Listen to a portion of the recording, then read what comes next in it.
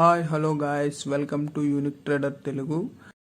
ఈరోజు markets opening తర్వాత one డైరెక్షన్గా అప్ సైడ్కి మూవ్ అయిన తర్వాత range bound or down side అయితే ఉంది. ఫైనల్గా సెన్సెక్స్ 187 పాయింట్స్ గెయిన్ అయ్యి 79,595 దగ్గర క్లోజ్ అయింది. అండ్ నిఫ్టీ 41 పాయింట్స్ గెయిన్ అయ్యి 24,167 దగ్గర క్లోజ్ అయితే స్మాల్ క్యాప్ నిఫ్టీ అయితే 0.7%, మిడ్ క్యాప్ నిఫ్టీ అయితే 0.7% గెయిన్ అయ్యాయి. నిన్న ఎఫ్ఐ అండ్ డిఐడెడ్ చూస్తే చాలా రోజుల తర్వాత ఎఫ్ఐఎస్ అండ్ డిఎస్ కూడా బోత్ బై సైడ్ అయితే కనిపించారు. ఎఫ్ఐఎస్ ఆల్మోస్ట్ 1,970 crores వరకు బై చేస్తే డిఎస్ 246 crores వరకు బై చేశారు. నిన్న యుఎస్ మార్కెట్స్ అయితే మోర్ దెన్ 2% వరకు కరెక్ట్ అయ్యి, దానికి కారణం ఏంటంటే డొనాల్డ్ ట్రంప్ గారు ఫెడ్ చైర్మన్ అయిన పవల్ గారి మీద చేస్తున్న వ్యాఖ్యలే. మిస్టర్ టూ లేట్ అని క్రిటిసైజ్ చేయడంతో నిన్న యుఎస్ మార్కెట్స్ అయిన S&P 500 అయితే 2.48% అండ్ నాస్డాక్ అయితే 2.36% వరకు కరెక్ట్ అయింది. యుఎస్లో లార్జ్ కంపెనీస్ అయిన టెస్లా, ఎన్విడియా, అమెజాన్, మెటా లాంటి కంపెనీస్ అయితే బాగా కరెక్ట్ అయ్యాయి. డొనాల్డ్ ట్రంప్ గారు ఫెడ్ చైర్మన్ అయిన పవల్ గారిని క్రిటిసైజ్ చేయడానికి కారణం ఏమిటి అంటే డాలర్స్ అండర్ ప్రెషర్లో ఉన్నాయి, థర్డ్ ఇయర్ లోలో ఉన్నాయి అండ్ గోల్డ్ కూడా day by day upper circuit కొడుతూ 3,400 per ounce చేరుకుంది. ఇంకా ఇంట్రెస్ట్ రేట్లు కట్ చేయకపోవడంతో ఫెడ్ చైర్మన్ ఈ విధంగా క్రిటిసైజ్ చేయడంతో పాటు టెర్మినేషన్ చేసే అవకాశం ఉందని వైట్ హౌస్ ఎకానమీ అడ్వైజర్ అయిన కెవిన్ గారు చెప్తున్నారు.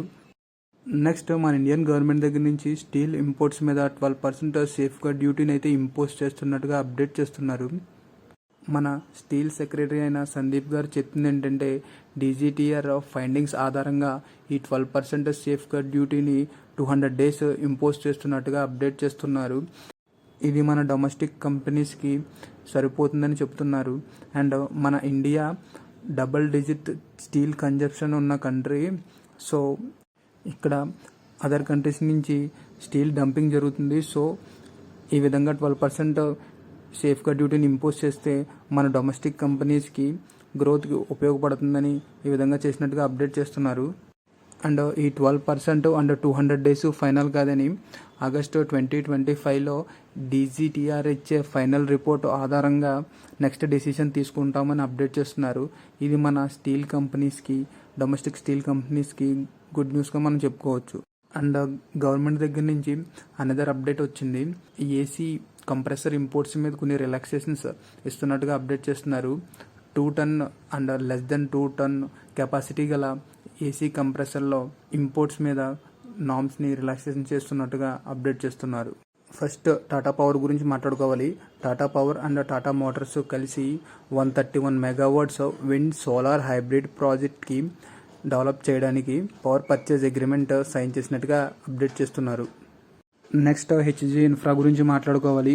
గుజరాత్ ఉర్జా వికాస్ నిగమ్ లిమిటెడ్ అనే కంపెనీ దగ్గర నుంచి 300 and 600 megawatts battery energy storage system in గుజరాత్లో డెవలప్ చేయడానికి గ్లోబల్ కాంపిటేటివ్ బిడ్డర్గా సెలెక్ట్ అయినట్టుగా అప్డేట్ చేస్తున్నారు. నెక్స్ట్ పూనావాలా ఫిన్కాప్ గురించి మాట్లాడుకోవాలి.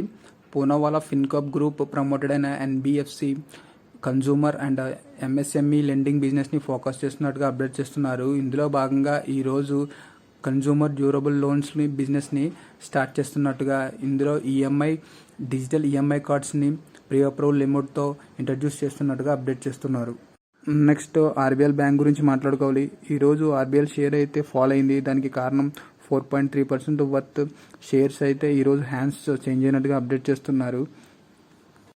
Next ICICI securities and TCS కలిసి ఒక పార్ట్నర్షిప్ అయితే అనౌన్స్ చేశారు. ఇందులో భాగంగా TCS retail trading platform ICICI securities యొక్క రీటైల్ ట్రేడింగ్ ప్లాట్ఫామ్ని అప్గ్రేడ్ చేయనున్నట్టుగా అప్డేట్ చేస్తున్నారు.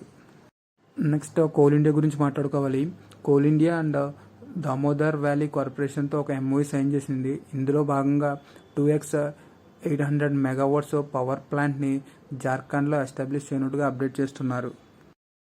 నెక్స్ట్ వీడియోతో కలుద్దాం. Thank you for watching. Please subscribe.